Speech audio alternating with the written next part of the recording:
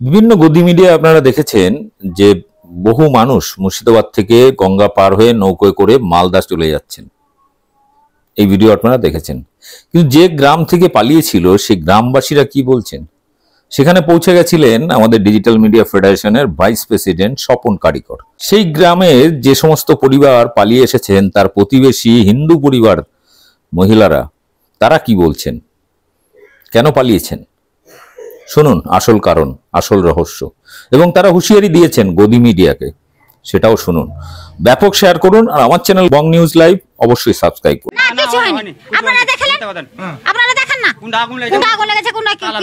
মুর্শিদাবাদের দুর্নাম করলে গদি মিডিয়া, হ্যাঁ তোমার কপালে দুঃখ আছে। কিছু লুটপাট হয়নি, সব মিথ্যা কথা বলছে।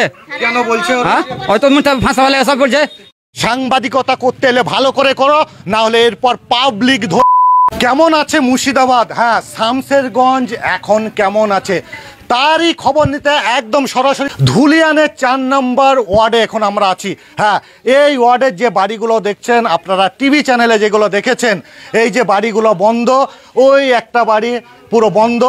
এই বাড়িগুলো যারা মালদার বৈষ্ণবনগরে চলে গেছে তাদের বাড়ি, কিন্তু এখানে এসে যেটা খবর নিয়ে জানছি পুরো উল্টো।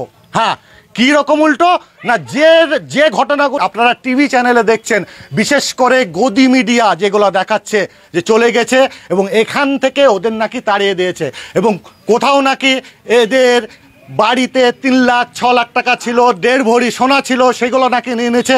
এইরকম বিভিন্ন রকম শোনা যাচ্ছে, কিন্তু আসল ঘটনা, হ্যাঁ পার্শ্ববর্তী যারা বাড়িতে থাকছে তাদের কাছেই জানবো, যে হিন্দু পরিবারগুলো চলে গেছে তারই প্রতিবেশী তারা কি বলছে। আসুন আগে শুনি। হ্যাঁ মাসি, এরা তো সব বাড়িতে নেই না? না, তাহলে কোথায় গেল?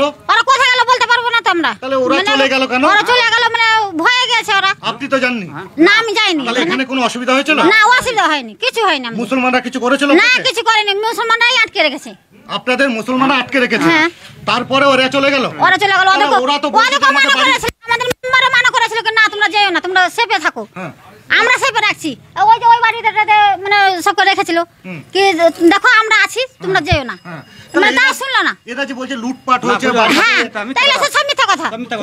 না, সব না, কিছু হয়নি। আপনারা দেখলেন?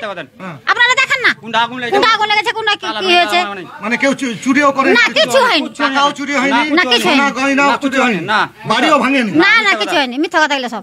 পুরো মিথ্যা কথা, সব মিথ্যা কথাই তো। আপনাদের এখানে কেউ কিছু বলে না? না, কেউ কিছু বলে না। ওরা বলে তোমরা থাকো, তোমরা আছো যখন তোমরা থাকো, তোমার দেখায় কোনো আদেশ লাগবে না। আচ্ছা, আপনার নাম কি?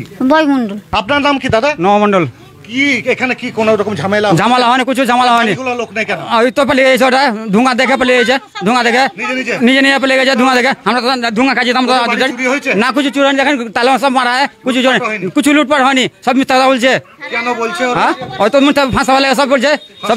হ্যাঁ, কেন ফাঁসা? তো দেখে বলি কিছু মারপিট হয়নি, কোনো কেমন বলছে কাপড় ছিঁড়েনি, কেউ বলে ছিঁড়েনি, কেউ সাইজ টানি, করেনি, কিছু হয়নি এখানে, কিচ্ছু না কিছু হয়নি। তারপরে এরকম হচ্ছে, সব রকম হয়েছে। আচ্ছা, আপনার নাম কি? নবমন্ডল। আচ্ছা, হ্যাঁ কি শুনলেন?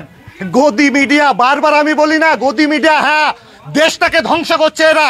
তার কারণ বারবার দেখছি যে এই মুর্শিদাবাদ নিয়ে, আমি বারবার কিন্তু এই নিয়ে সরব হচ্ছি যে মুর্শিদাবাদের দুর্নাম করলে গদি মিডিয়া, হ্যাঁ তোমার কপালে দুঃখ আছে, বারবার বলি। আর এক্ষেত্রে বলি, মুর্শিদাবাদকে নিয়ে যদি ছেলে খেলা করতে যাও, হরিহরপাড়ায় যেমন ঢুকতে পারো না, মাদ্রাসা নিয়ে উল্টাপাল্টা বলেছিলে, এরপর এখানেও তোমাদের আর ঢোকা যাবে না। তার কারণ এখানে যে পরিস্থিতি আর তোমরা যেগুলো বলছো তার পুরো 180 ডিগ্রি উল্টো। সাংবাদিকতা আগে শিখে এসো গুরু, তারপরে এই লাইনে আসবে।